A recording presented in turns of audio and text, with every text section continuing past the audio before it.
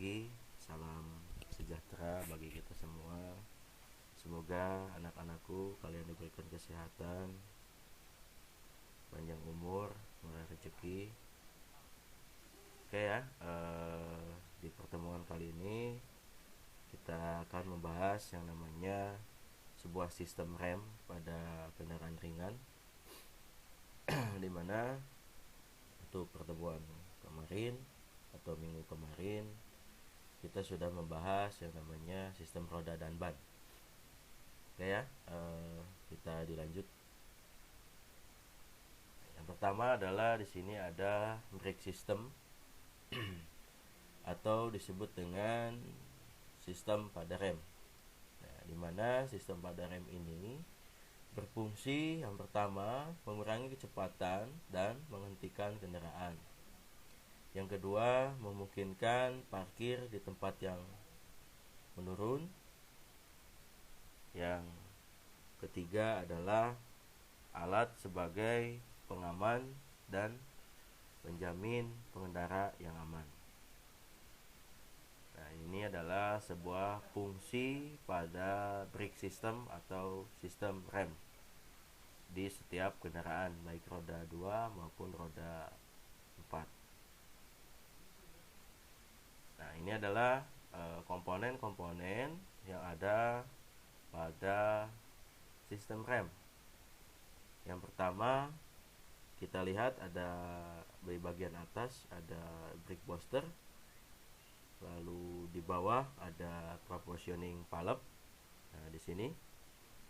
Lalu ada disc brake, master cylinder, brake pedal, parking brake lever, ini untuk rem parkir ya, di bagian atas.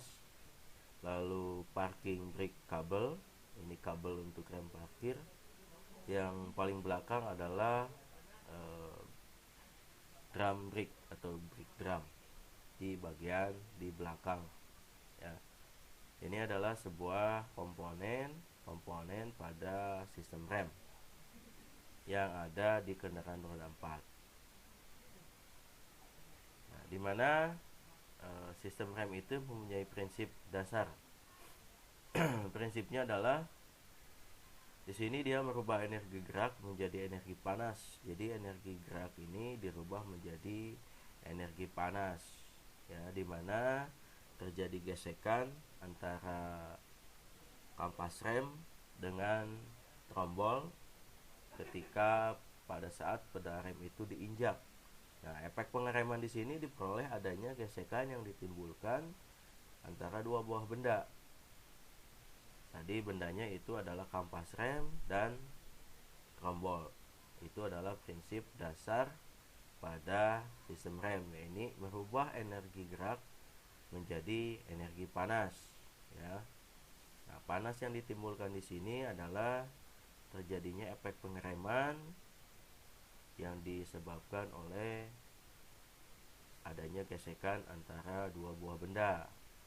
Ya, bendanya yang pertama kampas rem dan trombol. Itu adalah prinsip dasar pada sistem rem. Nah, di sini rem itu mempunyai tipe-tipe. Nah, tipe rem di sini umumnya itu yang pertama ada bisa dilihat di tabel, ada rem kaki atau foot brake. Nah, di sini operasinya atau cara aplikasinya pasti menggunakan kaki untuk mengontrol kecepatan dan menghentikan kendaraan. Yang kedua adalah rem parkir atau parking brake ya, untuk menahan kendaraan supaya tidak bergerak pada saat parkir. Nah, itu fungsi dari parking brake. Yang ketiga adalah rem tambahan auxiliary brake. Nah, di sini untuk membantu rem kaki umumnya digunakan pada kendaraan berat dan besar. Nah, di sini ada tabel ya, ada tabel, diperhatikan. Tabel di sini ada rem kaki dibagi dua. Ada rem hidrolis dan pneumatik. Nah, hidrolik ini ya, ini menggunakan cairan fluida. Kalau yang pneumatik menggunakan tekanan angin. Terus ada rem parkir. Rem parkir ini dia menggunakan prinsipnya sistemnya mekanik. Dibagi dua, ada center brake dan rem roda belakang. Center itu di rem parkir bagian depan, kalau rem roda belakang pastinya ada di belakang, tergantung dari mesin yang digunakan. Dia penggeraknya penggerak roda depan atau penggerak roda belakang. Yang ketiga adalah rem tambahan, exhaust brake. Exhaust itu berarti pembuangan pada brake system, yakni yang disebut dengan rem angin. Nah, itu adalah 3 tipe pada rem. Ada rem kaki, rem parkir, dan rem tambahan. Oke, bisa dilanjut ya. Yang selanjutnya ini adalah tipe dan konstruksi master cylinder. Nah, ada 2 jenis, yaitu ada tipe tunggal dan tipe ganda atau tandem. Bisa dilihat perbedaannya. Yang pertama adalah dari reservoir tank yang bagian atas sini untuk bagian minyak rem. Yang kedua adalah dari output yang dihasilkan dari master rem tersebut. Kalau yang tunggal outputnya berarti 1. Kalau yang ganda berarti dia mempunyai outputnya 2. Dan reservoir tanknya juga 2. Oke, gambar penampakannya seperti yang ada di slide tersebut ya. Oke, ada 2 tipe, tunggal dan ganda atau tandem. Selanjutnya ini adalah wheel cylinder. Wheel cylinder ini berfungsi untuk mendorong kampas rem ketika pedal rem itu diinjak. Jadi didorong oleh wheel cylinder. Nah, wheel cylinder ini ada 2 tipe juga. Ada tipe single dan ada tipe double. Kalau single berarti dia 1 piston. Kalau double dia 2 piston untuk mendorong sebuah kampas rem kontak dengan trombol. Oke, dilanjut ya. Nah, yang selanjutnya adalah, nah ini adalah sepatu rem dan kampas rem, dimana kita sering mengenalnya adalah kampas rem. Sebenarnya ada 2, ada sepatu rem dan kampas rem. Kalau sepatu rem itu adalah brake shoe. Nah, ini yang bagian besi di sini. Kalau kampas itu yang bagian luar, artinya dia brake cleaning dikenalnya. Tapi disebut keseluruhannya adalah brake shoe. Tuh, ada dua bagian, yakni brake shoe dan brake cleaning. Brake shoe ini terbuat dari bahannya plat baja. Di setiap rem trombol pasti menggunakan kampas seperti ini, baik kendaraan roda 2 maupun roda 4. Oke, selanjutnya adalah trombol. Nah, ini trombol atau brake drum. Nah, ini di brake drum ini atau trombol ini digunakan di rem tipenya tipe trombol. Nah, di sini berfungsi untuk kontak poin atau kontak dengan kampas rem. Nah, catatan di sini, ketika brake cleaning bergesek dengan brake drum, artinya kampas rem bergesek dengan trombol, panas yang ditimbulkan di sini adalah 200 sampai 300 derajat. Nah, cukup panas ya. Jadi panasnya 200 sampai 300. Nah, ada komponen tambahan, yaitu ada backing plate. Jadi backing plate itu dudukan tempat assembly pada sistem rem, dimana nanti terdapat wheel cylinder, kampas rem, adjusting screw, lalu pegas pengembali, kampas rem, brake cleaning dan brake drum nanti menempel ke bagian backing plate. Nah, ini kita lanjut ya ke tipe-tipe rem trombol. Nah, di sini ada beberapa tipe yang mau kita pelajari. Yang pertama adalah tipe dari tipe rem trombol. Yang pertama, leading and trailing. Nah, bisa dilihat gambarnya.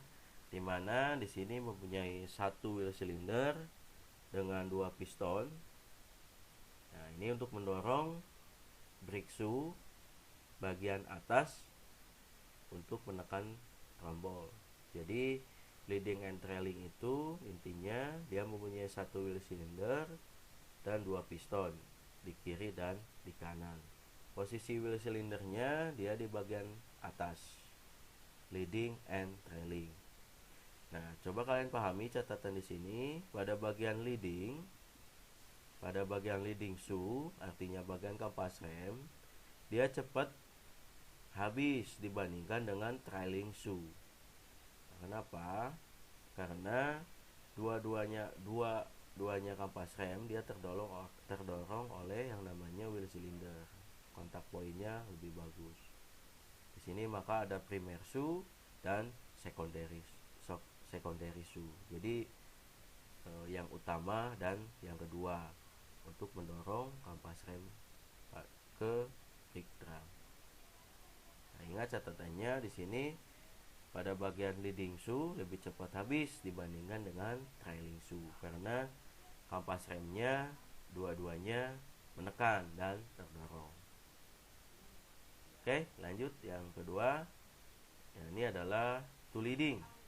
Nah, two leading ini diperhatikan ini mempunyai tipenya adalah tipe yang mempunyai 2 wheel cylinder yang masing-masing memiliki satu piston.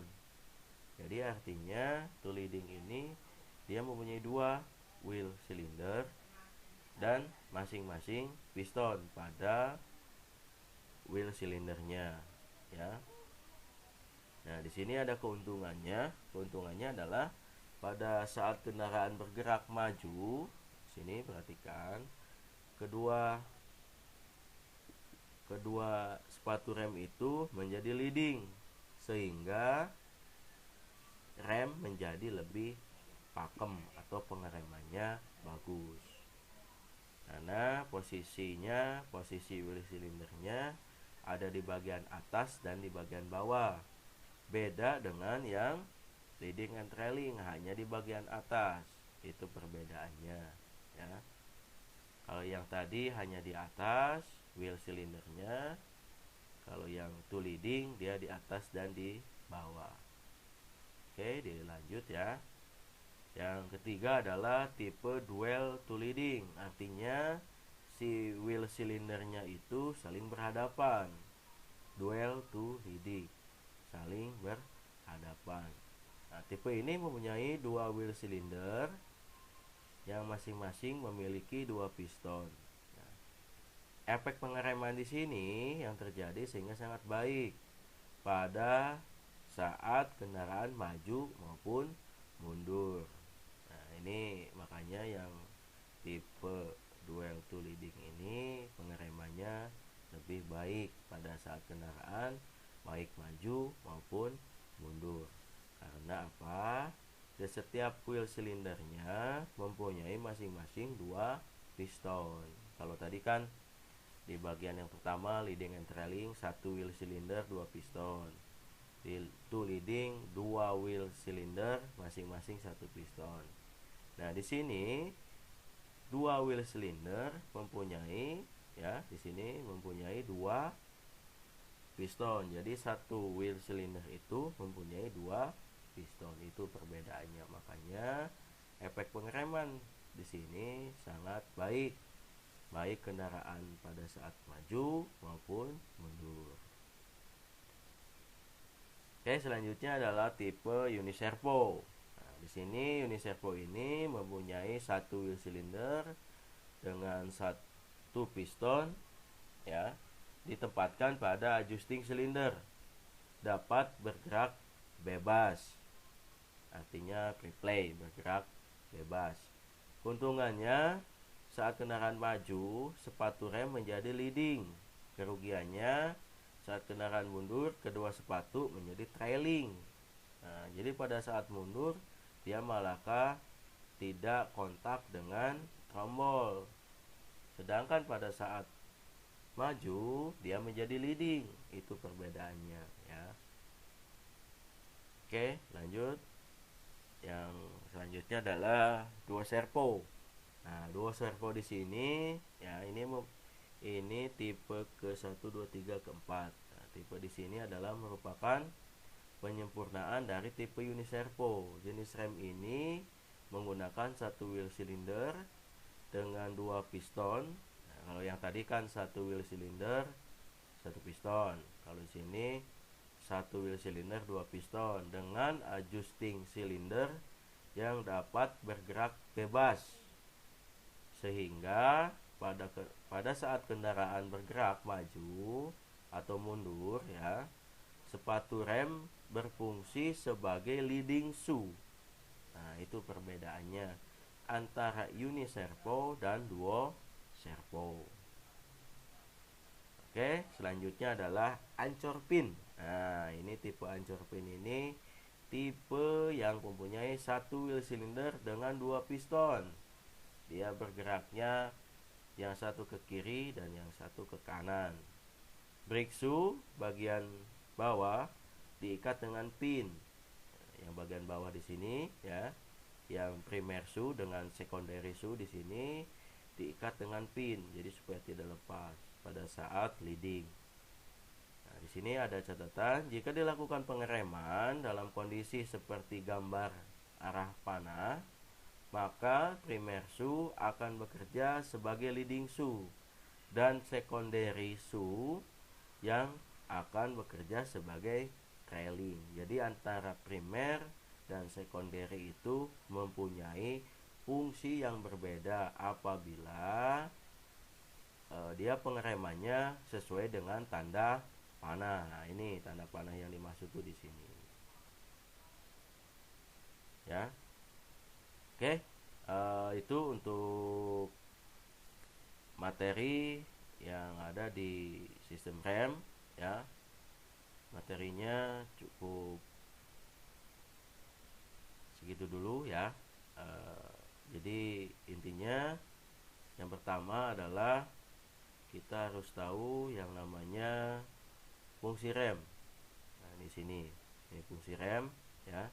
Yang kedua adalah tipe-tipe rem. Yang ketiga adalah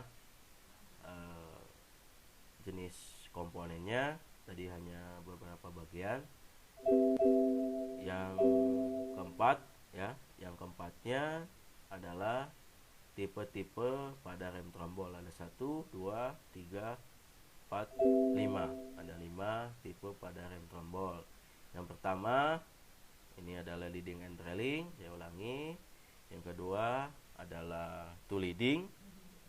Yang ketiga adalah dual two leading. Yang keempat adalah uniservo. Yang kelima duo servo. Yang keenam adalah ancor pin. Oke, untuk pertemuan selanjutnya kita akan membahas analisa dan cara perbaikan, analisa kerusakan dan cara perbaikan pada sistem rem trombol.